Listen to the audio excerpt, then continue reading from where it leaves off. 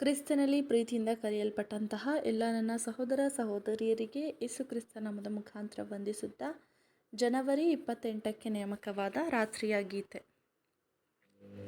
ಹೀಗೆ ಸರ್ವ ಸೃಷ್ಟಿಯು ಇಂದಿನವರೆಗೂ ನರಳುತ್ತಾ ಪ್ರಸವ ವೇದನೆ ಪಡುತ್ತದೆ ಎಂದು ನಾವು ಬಲ್ಲೆವು. ರೋಮಾಪುರದವರಿಗೆ 8ನೇ ಅಧ್ಯಾಯ 22ನೇ ವಚನ. ಪ್ರತಿಷ್ಠೆ ಮಾಡಿಕೊಂಡಿರುವ ಅತಿ ಪ್ರೀತಿಯ ಮನೆವಾರ್ತೆಯವರೇ, ನರಳುತ್ತಾ ಪ್ರಸವ ವೇದನೆ ಪಡುತ್ತಿರುವ ಈ ಸೃಷ್ಟಿಯೊಂದಿಗೆ ಸಂಪರ್ಕದಲ್ಲಿರಲು ಮರೆಯದೇ ಇರೋಣ. ಅವರ ದುಃಖಗಳು ಮತ್ತು ಸಂಕಟಗಳಿಗಾಗಿ ನಾವು ಅನುಕಂಪ ತೋರಿಸೋಣ. ಅದರ ಆಳವಾದ ಅವನತಿ ಮತ್ತು ದುರ್ವ್ಯವಸ್ಥೆಯನ್ನು, ವಿಪತ್ತನ್ನು ಕುರಿತು ಅರಿತುಕೊಳ್ಳೋಣ.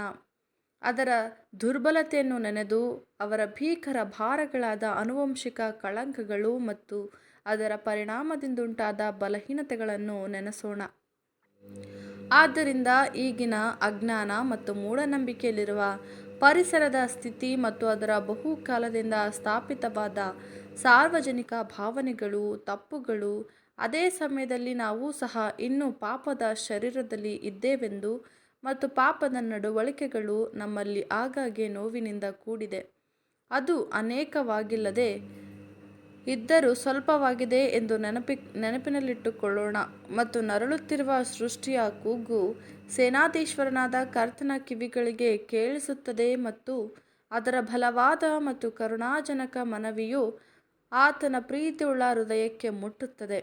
ಆದ್ದರಿಂದ ಅವುಗಳು ನಮ್ಮ ಕಿವಿಗಳಿಗೆ ಕೇಳಿಸಿ ಅವರಿಗೆ ನಮ್ಮ ಅನುಕಂಪವು ಸಿಗುವಂತಾಗಲಿ ಮತ್ತು ನಮ್ಮ ಉತ್ಸಾಹವನ್ನು ಚುರುಕುಗೊಳಿಸಿ ನಮ್ಮ ಪರಲೋಕ ತಂದೆಯ ಯೋಜನೆಯ ಪ್ರಕಾರ ಆತನ ನೀತಿಯುಳ್ಳ ರಾಜ್ಯವು ಸ್ಥಾಪಿತವಾಗುವಂತೆ ಸಹಕರಿಸೋಣ ಎಂಬುದೇ.